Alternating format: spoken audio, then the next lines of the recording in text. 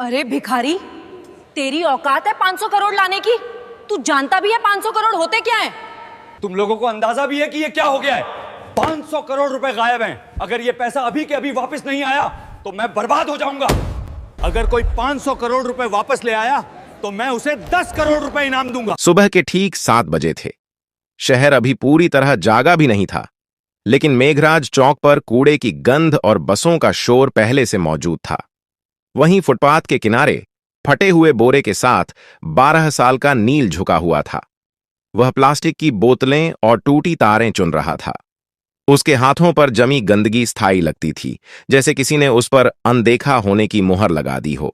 नील बोलता कम था। लोग समझते थे वह डरपोक है या मंदबुद्धि। सच्चाई यह थी कि वह सुनता बहुत था। बातें, आवाजें, मशीनों की। जब लोग बोलते थे वह शब्द पकड़ता था। जब मशीनें चलती थीं वह पैटर्न पकड़ता था। ठीक उसके सामने शहर का सबसे बड़ा निजी बैंक खड़ा था। शीशे की ऊंची इमारत। हर सुबह काली गाड़ियों से सूट पहने लोग उतरते, मोबाइल पर चिल्लाते हुए अंदर जाते। नील को अंदर जाने की इजाजत कभी नहीं मिली थी। गार्ड हर बार एक ही शब्द कहता था, भाग यहां से। नील मुस्कुरा देता था और फिर कूड़े में झुक जाता था। उसी बैंक की दीवार से सटा एक पुराना ट्रांसफॉर्मर बॉक्स था। नील अक्सर उसके पास बैठकर सूखी रोटी खाता था। उसे वहां से एक अजीब सी भनभनाहट सुनाई देती थी। बाकी लोगों के लिए वह शोर था, नील के लिए भाषा। उस दिन दोपहर को माहौल बदला हुआ था। बैंक के अंदर अचानक अफरा तफरी मच गई। कर्मचारी अपनी सीटों से उठ खड़े हुए। मैनेजर्स के चेहरे पीले पड़ गए। एक के बाद एक फोन बजने लगे। ऊपर की मंजिल पर बोर्डरूम में चीख सुनाई दी, 500 करोड़ गायब हो गए हैं। यह कोई अफवाह नहीं थी। बैंक के मेन सर्वर से 500 करोड़ गायब हो गए हैं। करोड़ रुपए ऑनलाइन ट्रांसफर हो चुके थे। पैसा न किसी ग्राहक के खाते में था, न किसी विदेशी बैंक में। वह सिस्टम से जैसे फिसलकर हवा में घुल गया था। आईटी टीम दौड़ पड़ी। सर्वर लॉग्स खोले गए, फायरवॉल चेक हुए, साइबर सिक्योरिटी एक्सपर्ट्स को कॉल गया, पुलिस को सूचना दी गई। हर मिनट के साथ बैंक की साख डूब रही थी। बाहर फुटपाथ पर बैठा नील यह सब देख रहा था। उसे कुछ अजीब लगा। बैंक के बैकअप सर्वर की एग्जॉस्ट फैन की आवाज बदली हुई थी। वह लय में नहीं चल रही थी। बीच बीच में एक हल्का सा ठहराव था, जैसे कोई सांस रोक रहा हो। नील उठ खड़ा हुआ। उसने बोरा नीचे रखा और दीवार के पास कान लगा दिया। उसकी आंखें सिकुड़ गईं। यह चोरी नहीं है, वह बुदबुदाया। यह रूट रीडायरेक्शन है। नील को याद आया अपनी मां का चेहरा। मां जो कभी इसी बैंक में क्लीनर थी। एक रात एक्सीडेंट में चली गई। उसके बाद नील सड़क पर आ गया। मां के पास एक पुराना कीपैड फोन था और उसमें कुछ नोट्स। नंबर नहीं, पैटर्न। नील ने जेब से वह मुड़ा तोड़ा कागज निकाला जिस पर उसने खुद से बनाए निशान लिख रखे थे। वह रोज मशीनों को देखकर नई चीजें समझता और निशान बनाता था। बैंक के अंदर घबराहट बढ़ रही थी। बाहर एक कूड़ा बिनने वाला लड़का खड़ा था, जिसकी नजरें शीशे के पार सर्वर रूम की दीवारों के आर पार देख रही थीं। नील ने गहरी सांस ली। अगर अब नहीं बताया, उसने खुद से कहा, तो पैसा हमेशा के लिए चला जाएगा। उसने बोरा उठाया और बैंक के मुख्य गेट की तरफ बढ़ गया। गार्ड ने उसे देखते ही डंडा उठाया। कहा था ना, यहां मत आना। नील रुका नहीं। उसने पहली बार सीधा आंखों में देखकर कहा, साहब, जो पैसा गया है वो अभी भी इसी बैंक में है। गार्ड हंसा, लेकिन अंदर कहीं ऊपर एक अलार्म और तेज हो गया। और यहीं से कहानी शुरू होती है। गार्ड की हंसी अभी पूरी भी नहीं हुई थी कि बैंक के अंदर से एक महिला बाहर आई। नीले रंग की साड़ी, गले में आईडी कार्ड और चेहरे पर साफ घबराहट। वह बैंक की senior operations manager Radhika Mehta थी। पिछले 20 मिनट से वह लगातार आईटी टीम और हेड ऑफिस के बीच फंसी हुई थी। उसकी नजर नील पर पड़ी। क्या कहा तुमने? उसकी आवाज सख्त थी, लेकिन आंखों में थकान साफ दिख रही थी। गार्ड ने झट से कहा, मैडम, यह कूड़ा बिनने वाला है, झूठ बोल रहा है। नील ने सिर झुकाया, फिर धीरे से बोला, मैडम, पैसा बाहर नहीं गया। सिस्टम ने खुद रास्ता बदला है। अगर अभी कुछ नहीं किया गया तो 3 घंटे बाद वो पैसा अपने आप मिट जाएगा। यह सुनते ही राधिका का दिल धक से रह गया। तुम्हें कैसे पता? उसने बिना सोचे पूछ लिया। नील ने बैंक की दीवार की तरफ इशारा किया। आपके बैकअप सर्वर का फैन 30 सेकंड में एक बार रुक रहा है। ऐसा तब होता है जब लोड जानबूझकर घुमाया जाता है। यह चोरी नहीं है, यह ट्रैप है। वह बोलते समय न घबरा रहा था न तेज, जैसे यह सब उसके लिए नया नहीं था। राधिका ने एक पल सोचा। अंदर आईटी हेड चिल्ला रहा था कि डेटा फ्लो समझ नहीं आ रहा। पुलिस रास्ते में थी, मीडिया को भनक लगने ही वाली थी। उसने गार्ड को देखा। इसे अंदर आने दो। गार्ड चौंक गया। मैडम, यह, मैंने कहा, अंदर आने दो। नील पहली बार बैंक के अंदर गया। एयर कंडीशन की ठंडी हवा से वह सिहर गया। फर्श इतना चमकदार था कि उसमें अपना गंदा चेहरा देखकर उसे झिझक हुई। लोग उसे घूर रहे थे। कोई फुसफुसाया, ये बच्चा क्या करेगा? नील को इससे फर्क नहीं पड़ा। राधिका उसे सीधे आईटी फ्लोर पर ले गई। वहां 5 लोग 5 लैपटॉप और बड़ी स्क्रीन के सामने खड़े थे। स्क्रीन पर लाल रंग की लाइनें और नंबर भाग रहे थे। आईटी हेड ने गुस्से में कहा, मैडम, अभी समय नहीं है, यह मजाक नहीं है। नील ने स्क्रीन की तरफ देखा और तुरंत बोला, आप लोग गलत लॉक देख रहे हैं, असली रास्ता छुपाया गया है। कमरे में सन्नाटा छा गया। यह बच्चा हमें सिखाएगा? किसी ने तंज कसा। नील पास गया। उसने स्क्रीन के कोने में दिख रहे एक छोटे से टाइम स्टैम्प की तरफ इशारा किया। ये देखिए, हर बार ट्रांजैक्शन से 1 सेकंड पहले टाइम पीछे जा रहा है। यह मैनुअल नहीं हो सकता। आईटी हेड ने झुककर देखा। उसका चेहरा बदल गया। यह तो असंभव है। नील ने पहली बार सिर उठाकर सबको देखा। असंभव नहीं है सर। जिसने यह किया है उसने पैसा चुराया नहीं, उसने बैंक को खुद से लड़ने पर मजबूर कर दिया है। राधिका की आवाज कांप गई। तो पैसा वापस आ सकता है? नील ने हल्की सांस ली। आ सकता है, लेकिन अगर देर हुई तो नहीं। घड़ी की टिक टिक तेज लगने लगी और उसी पल नील ने कहा, मुझे एक कंप्यूटर चाहिए। इंटरनेट नहीं, सिर्फ लोकल एक्सेस। कमरे में कोई बोला नहीं। पहली बार बैंक के सबसे बड़े संकट में सबकी नजरें एक कूड़ा बिनने वाले लड़के पर टिकी थीं। और नील जानता था, अब पीछे हटने का कोई रास्ता नहीं है। कमरे में एक अजीब सा सन्नाटा था। एयर कंडीशनर की ठंडी हवा चल रही थी, लेकिन किसी को ठंड महसूस नहीं हो रही थी। सबकी नजरें नील पर थीं। वह कुर्सी पर बैठा नहीं था, वह खड़ा था, जैसे बैठना उसके लिए फालतू की चीज हो। आईटी हेड ने हिचकिचाते हुए एक सिस्टम उसकी तरफ घुमा दिया। यह लोकल मशीन है, नेटवर्क से कटी हुई। अगर कुछ गलत हुआ तो भी फर्क नहीं पड़ेगा, नील ने बीच में कहा। जो नुकसान होना था वो हो चुका है। उसने कीबोर्ड को ऐसे छुआ जैसे कोई पुराना दोस्त हो। उंगलियां गंदी थीं, लेकिन चलने में झिझक नहीं थी। स्क्रीन पर एक काली विंडो खुली। राधिका ने घड़ी देखी। नील, हमारे पास ज्यादा समय नहीं है। नील ने सिर हिलाया। मुझे पता है। उसने टाइप करना शुरू किया। कोई तेजी नहीं, कोई दिखावा नहीं। हर कमांड सोचकर, जैसे वह पहले ही यह सब कर चुका हो। आईटी टीम स्क्रीन पर उभरते टेक्स्ट को पढ़ने की कोशिश कर रही थी, लेकिन वह उनकी समझ से बाहर था। एक इंजीनियर ने धीरे से कहा, यह तो सिस्टम के अंदर का रास्ता है, यह एक्सेस हमारे पास भी नहीं है। नील बोला नहीं। उसने अगली लाइन डाली। अचानक स्क्रीन पर एक मैप खुला। यह किसी बैंक अकाउंट का नहीं था, यह डेटा के बहाव का नक्शा था। तीर, घुमाव, बंद रास्ते। नील ने एक जगह उंगली रखी। यहीं फंसा है पैसा। लेकिन यहां तो कोई अकाउंट ही नहीं है, आईटी हेड ने कहा। नील ने उसकी तरफ देखा। क्योंकि यह अकाउंट नहीं है, यह एक खाली कमरा है। सिस्टम ने खुद बनाया है। राधिका की आंखें फैल गईं। सिस्टम ने? हां, नील बोला। जब किसी को सिस्टम के दिल तक पहुंचने की कोशिश करते पकड़ लिया जाता है, तो पुराना कोर एक फर्जी रास्ता बना देता है। पैसा उसमें चला जाता है। बाहर से लगता है चोरी हो गई, लेकिन असल में सिस्टम खुद उसे छुपा लेता है।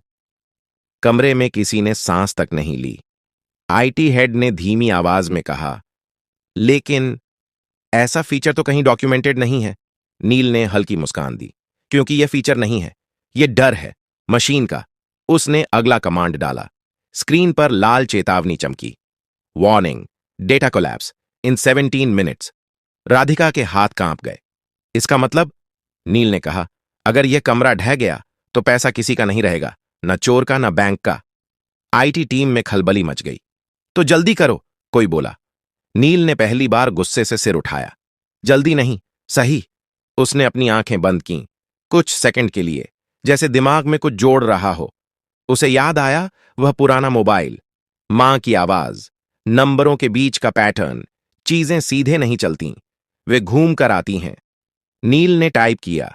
स्क्रीन पर एक नया दरवाजा खुला। आईटी हेड फुसफुसाया। यह तो रिवर्स ट्रैक है, नील बोला। हां, अब पैसा वापस उसी रास्ते से चलेगा जिससे डर आया था। राधिका ने घड़ी देखी। 13 मिनट बाकी थे। नील की उंगलियां फिर चलने लगीं और बाहर बैंक के गेट पर मीडिया की पहली वैन आकर रुक चुकी थी। बाहर कांच के दरवाजों के पार कैमरे चमकने लगे थे। मीडिया को बस एक इशारे का इंतजार था। अंदर आईटी फ्लोर पर तनाव इतना गाढ़ा था कि जैसे हवा भी भारी हो गई हो। राधिका ने धीमी आवाज में कहा, अगर यह गलत दिशा में गया तो सिस्टम हमेशा के लिए लॉक हो सकता है। नील ने स्क्रीन से नजर हटाए बिना जवाब दिया, वह पहले ही लॉक है मैडम, बस फर्क इतना है कि अभी चुप है। उसने एक ग्राफ खोला। नीली और लाल लाइनें एक दूसरे के पीछे दौड़ रही थीं। बीच बीच में एक जगह ऐसी थी जहां लाइनें टूट रही थीं। यहीं से पैसा बाहर दिखाया गया है, नील बोला, लेकिन असल में यहीं से वह वापस लाया जा सकता है। आईटी हेड ने कुर्सी खींचकर पास बैठते हुए कहा, तुम यह सब कैसे जानते हो? नील ने पहली बार सच बोला, मैं मशीनों के पास बड़ा हुआ हूं। जब मां जिंदा थीं, वह रात की शिफ्ट में यहीं सफाई करती थीं। मैं बाहर बैठा रहता था। सर्वर रूम की आवाजें मुझे बातें जैसी लगती थीं। कोई कुछ नहीं बोला। नील ने अगला कमांड डाला। स्क्रीन पर एक नया संदेश उभरा, ऑथोराइजेशन रिक्वायर्ड। राधिका ने राहत की सांस ली। ठीक है, यह सामान्य है, हमारे पास मल्टी लेवल ऑथराइजेशन है। नील ने सिर हिलाया। नहीं मैडम, यह सामान्य नहीं है। क्यों? क्योंकि यह ऑथराइजेशन सिस्टम से नहीं आया, यह उस खाली कमरे से आया है जहां पैसा छुपा है। आईटी हेड का चेहरा सख्त हो गया। मतलब सिस्टम खुद तय कर रहा है कि किस पर भरोसा करे? नील ने धीरे से कहा, हां, और उसे आप पर भरोसा नहीं है। कमरे में एक अजीब चुप्पी छा गई। राधिका ने गहरी सांस ली। तो अब क्या होगा? नील ने अपनी जेब से वह मुड़ा तुड़ा कागज निकाला। उस पर टेढ़े मेढ़े निशान बने थे। अब हमें सिस्टम को याद दिलाना होगा कि यह किसके लिए बना था। उसने एक कोड डाला। यह कोई पासवर्ड नहीं था, यह समय, राशि और क्रम का मेल था। वही क्रम जिसमें बैंक हर दिन छोटे खातों को प्राथमिकता देता था। स्क्रीन पर अचानक हजारों छोटे ट्रांजैक्शन चमक उठे। 10 रुपए, 50 रुपए, 200 रुपए। आईटी टीम हड़बड़ा गई। ये क्या कर रहे हो? इससे सिस्टम और स्लो हो जाएगा। नील ने शांत स्वर में कहा, नहीं, इससे सिस्टम को भरोसा आएगा। राधिका ने हैरानी से पूछा, भरोसा? हां, नील बोला। मशीनें ताकत पर नहीं चलती, वे पैटर्न पर चलती हैं, और सबसे सच्चा पैटर्न है छोटे लोगों का पैसा। स्क्रीन पर चेतावनी बदलने लगी। Trust index rising. IT head ने आंखें मल लीं। यह मीटर पहले कभी नहीं देखा, नील ने कहा, क्योंकि आपने कभी सिस्टम से पूछा ही नहीं कि उसे क्या चाहिए। घड़ी पर नजर पड़ी। 7 मिनट बाकी थे। नील की उंगलियां अब और तेज चल रही थीं, और उसी वक्त बैंक के मेन सर्वर से एक धीमी सी बीप की आवाज आई, जैसे कोई सोया हुआ दिमाग जाग रहा हो। सभी समझ गए, अब वापसी शुरू हो चुकी थी। बीप की वह आवाज छोटी थी, लेकिन असर बड़ा। आईटी फ्लोर पर खड़े हर इंसान की रीढ़ सीधी हो गई। स्क्रीन पर बिखरे हुए तीर अब एक दिशा में मुड़ने लगे थे, जैसे कोई भटकी हुई नदी अपने पुराने रास्ते को पहचान रही हो। आईटी हेड ने हकलाते हुए कहा, डेटा फ्लो रिवर्स हो रहा है। राधिका की आंखें स्क्रीन से हट ही नहीं रही थीं। मतलब? नील ने बिना रुके जवाब दिया, मतलब पैसा लौट रहा है, लेकिन अभी सफर पूरा नहीं हुआ है। स्क्रीन पर नंबर चलने लगे। 10 करोड़, 25 करोड़, 68 करोड़। कमरे में किसी की सांस नहीं निकल रही थी, लेकिन तभी एक जोर की बीप गूंजी। स्क्रीन लाल हो गई। System conflict detected. IT head उछल पड़ा। ये क्या है अब? नील रुक गया। पहली बार उसकी उंगलियां थमी। जिसने यह किया है उसे अब पता चल गया है। कौन? राधिका ने पूछा। नील ने सिर झुकाया। कोई बाहर का नहीं, अंदर का। कमरे में हलचल मच गई। लोग एक दूसरे की तरफ देखने लगे। स्क्रीन पर एक नया लॉग खुला। एक ही यूजर आईडी, एक ही मशीन, बार बार। आईटी हेड का चेहरा सफेद पड़ गया। ये तो हमारे ही नेटवर्क से है, नील ने धीरे से कहा। चोरी बाहर से नहीं हुई थी, रास्ता अंदर से खोला गया था। घड़ी देखी गई। अब सिर्फ 4 मिनट बचे थे। राधिका ने खुद को संभालते हुए कहा, नील, क्या हम इसे रोक सकते हैं? नील ने जवाब देने से पहले एक गहरी सांस ली। हां, लेकिन इसके लिए मुझे सिस्टम को पूरी तरह बंद करना होगा, 30 सेकंड के लिए। कमरे में हड़कंप मच गया। क्या? यह नामुमकिन है। पूरा बैंक ठप हो जाएगा। नील ने पहली बार सबको सीधे देखा। अगर नहीं किया तो पैसा आधे रास्ते में फंस जाएगा, न आपका रहेगा न चोर का। राधिका ने आंखें बंद की एक पल के लिए, फिर बोली, करो। आईटी हेड ने चौंक कर उसकी तरफ देखा। मैडम, मैं जिम्मेदारी लेती हूं। नील ने आखिरी कमांड तैयार किया। उसकी उंगलियां हल्की कांप रही थीं, लेकिन दिमाग साफ था। उसे मां की आवाज याद आई, डर लगे तो भी सही काम मत छोड़ना। उसने एंटर दबाया। पूरे बैंक की लाइटें एक साथ बुझ गईं। कंप्यूटर, एटीएम, सब कुछ। बाहर मीडिया चिल्ला उठा, बैंक बंद हो गया, पैसा डूब गया। अंदर घुप अंधेरा था। फिर 1 सेकंड बाद, 2 सेकंड बाद, तीसरे सेकंड पर एक हरी लाइट जली, फिर दूसरी, फिर पूरी स्क्रीन। सिस्टम वापस आ चुका था और इस बार पैसे के नंबर एक एक करके सही खाते में लौट रहे थे। 100 करोड़, 250 करोड़, 400 करोड़। आईटी हेड की आंखों से आंसू निकल आए। हो गया। आखिरी नंबर रुका, 500 करोड़। रिकॉन्साइल्ड। कमरे में कोई ताली नहीं बजी, कोई चिल्लाया नहीं। सब बस नील को देख रहे थे। वह कुर्सी से नीचे उतरा, थका हुआ, खामोश। बैंक का पैसा वापस आ चुका था। अब सवाल यह था, यह चोरी किसने की थी और नील सच में कौन था? कमरे में सन्नाटा था, लेकिन यह डर का नहीं था। यह उस पल का सन्नाटा था जब इंसान समझ जाता है कि अब कहानी बदल चुकी है। स्क्रीन पर हरे रंग की लाइनें स्थिर हो चुकी थीं। 500 करोड़ पूरी तरह बैंक के खातों में लौट चुके थे। सिस्टम नॉर्मल दिखा रहा था, लेकिन लोगों के चेहरे अभी भी जमे हुए थे। राधिका ने धीमी आवाज में कहा, नील, तुमने बैंक को बचा लिया। नील ने कोई जवाब नहीं दिया। वह स्क्रीन को देख रहा था, जैसे किसी और चीज की तलाश में हो। आईटी हेड ने राहत की सांस लेते हुए कहा, हमें तुरंत यह पता लगाना होगा कि अंदर से यह किसने किया। नील ने गर्दन हिलाई। सिस्टम खुद बता देगा। कैसे? किसी ने पूछा। नील ने एक आखिरी लॉग खोला। यह आम यूजर लॉग नहीं था। यह वह लेयर थी जहां सिर्फ तब एंट्री होती है जब कोई सिस्टम को धोखा देने की कोशिश करता है। स्क्रीन पर एक नाम उभरा। कोई टेक्निकल कोड नहीं, कोई फर्जी आईडी नहीं, एक साफ नाम, बैंक के डिप्टी टेक्नोलॉजी डायरेक्टर का। कमरे में जैसे हवा निकल गई। आईटी हेड कुर्सी पर बैठ गया। यह मुमकिन नहीं है, नील ने शांत स्वर में कहा। मुमकिन है, क्योंकि उसे सिस्टम की आदतें पता थीं। उसने सोचा, सिस्टम मशीन है। उसे यह नहीं पता था कि मशीन याद भी रखती है। राधिका ने तुरंत फोन उठाया। सिक्योरिटी को ऊपर भेजो, अभी। कुछ ही मिनटों में उस अधिकारी को कमरे में लाया गया। चेहरा पीला, आंखें नीचे। वह कुछ बोल नहीं रहा था। राधिका ने सख्त आवाज में पूछा, आपने यह क्यों किया? वह चुप रहा। नील आगे बढ़ा। क्योंकि आप सोच रहे थे कि पैसा बाहर निकल जाएगा और सिस्टम आपको पहचान नहीं पाएगा। लेकिन आपने एक गलती की। आदमी ने पहली बार सिर उठाया। कौन सी? आपने छोटे खातों को नजरअंदाज किया, नील बोला। आपने सिर्फ बड़े ट्रांजैक्शन देखे। सिस्टम ने आपको वहीं पकड़ लिया। आदमी टूट गया। मुझे कर्ज में डुबो दिया गया था। मुझे रास्ता नहीं दिखा। राधिका ने सिक्योरिटी को इशारा किया, ले जाइए।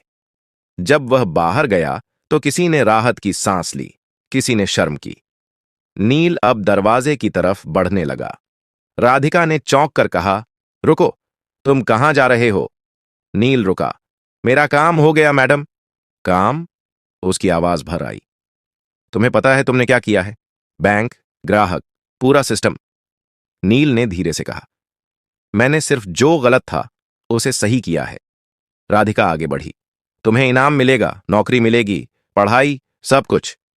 नील ने पहली बार हल्की मुस्कान दी। अगर आप सच में कुछ देना चाहती हैं तो एक काम कीजिए। क्या? बाहर जो बच्चे कूड़ा बीनते हैं ना, नील बोला, उनके लिए सिस्टम बनाइए, ऐसा सिस्टम जो उन्हें अनदेखा न करे।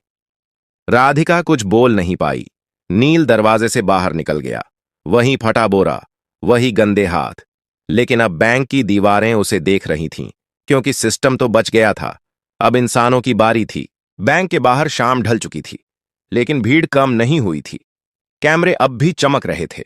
रिपोर्टर एक दूसरे को धक्का देकर आगे आने की कोशिश कर रहे थे। सबको एक ही खबर चाहिए थी। 500 करोड़ कैसे लौटे? राधिका कांच के दरवाजे के पास आकर रुकी। उसके हाथ में माइक्रोफोन नहीं था, फिर भी आवाज साफ थी। यह बैंक की जीत नहीं है, उसने कहा। यह एक बच्चे की समझ की जीत है। भीड़ में हलचल मच गई। कौन बच्चा? कहां है वो? नाम बताइए। राधिका ने दरवाजे की तरफ देखा। नील जा चुका था। उसके कदम पहले ही फुटपाथ की तरफ मुड़ चुके थे, जहां उसकी दुनिया थी। टूटे डिब्बे, प्लास्टिक की बोतलें और मशीनों की आवाजें। उसे नहीं पता था कि पीछे क्या हो रहा है, लेकिन शहर को पता चल चुका था। कुछ ही घंटों में खबर फैल गई। एक कूड़ा बिनने वाला लड़का, बैंक की चोरी, 500 करोड़ वापस। सोशल मीडिया पर सवाल उठे। यह लड़का कौन है? इसे मौका क्यों नहीं मिला पहले? हमने कितनी नील जैसे बच्चों को अनदेखा किया? अगली सुबह बैंक के बाहर एक पोस्टर लगा। अगर आप नील को जानते हैं, हम उससे मिलना चाहते हैं। उसी सुबह नील ट्रांसफॉर्मर बॉक्स के पास बैठा था। उसने पोस्टर देखा, पढ़ा, फिर नजर हटा ली। उसके लिए पोस्टर नया नहीं था, नई थी लोगों की नजर। दोपहर तक नगर निगम के अधिकारी आए, फिर एक स्कूल की वैन, फिर एक महिला जो शिक्षा विभाग से थी। सब एक ही बात कह रहे थे, तुम्हें पढ़ना चाहिए, तुम्हें यहां से निकलना चाहिए। नील ने पहली बार सवाल पूछा, क्या पढ़ाई के बाद भी कोई मुझे सुनेगा? कोई जवाब नहीं दे पाया। शाम को राधिका खुद आई, बिना साड़ी, बिना पद के, सिर्फ एक इंसान की तरह। उसने नील के पास बैठकर वहीं सूखी रोटी तोड़ी। मैं तुम्हारे लिए कोई योजना नहीं लाई, उसने कहा। मैं बस ये पूछने आई हूं, तुम क्या चाहते हो? नील ने सोचा, फिर बोला, मैं चाहता हूं कि सिस्टम पहले पूछे, बाद में जज करे। राधिका ने सिर हिलाया। यहीं से एक बदलाव शुरू हुआ। बैंक ने एक छोटा सा प्रोग्राम शुरू किया। नाम नहीं था बड़ा, लेकिन असर बड़ा था। सड़क पर रहने वाले बच्चों को मशीनों के पास बैठने दिया गया। उन्हें हटाया नहीं गया, उन्हें सुना गया। नील वहां रोज आता था, अब बोरे के साथ नहीं, एक कॉपी के साथ। शहर ने पहली बार उसका नाम ठीक से बोला, नील। और यही नाम अब सिस्टम में दर्ज हो चुका था। अनदेखा नहीं, बल्कि जरूरी। अगर आपको यह कहानी पसंद आई हो तो लाइक जरूर करें। ऐसी ही कहानियों के लिए सब्सक्राइब करें और इसे अपने दोस्तों के साथ शेयर करें। कमेंट बॉक्स में जरूर लिखिए कि आप किस शहर या गांव से देख रहे हैं। Hey everyone, make sure to subscribe to Shreya Studio for amazing content.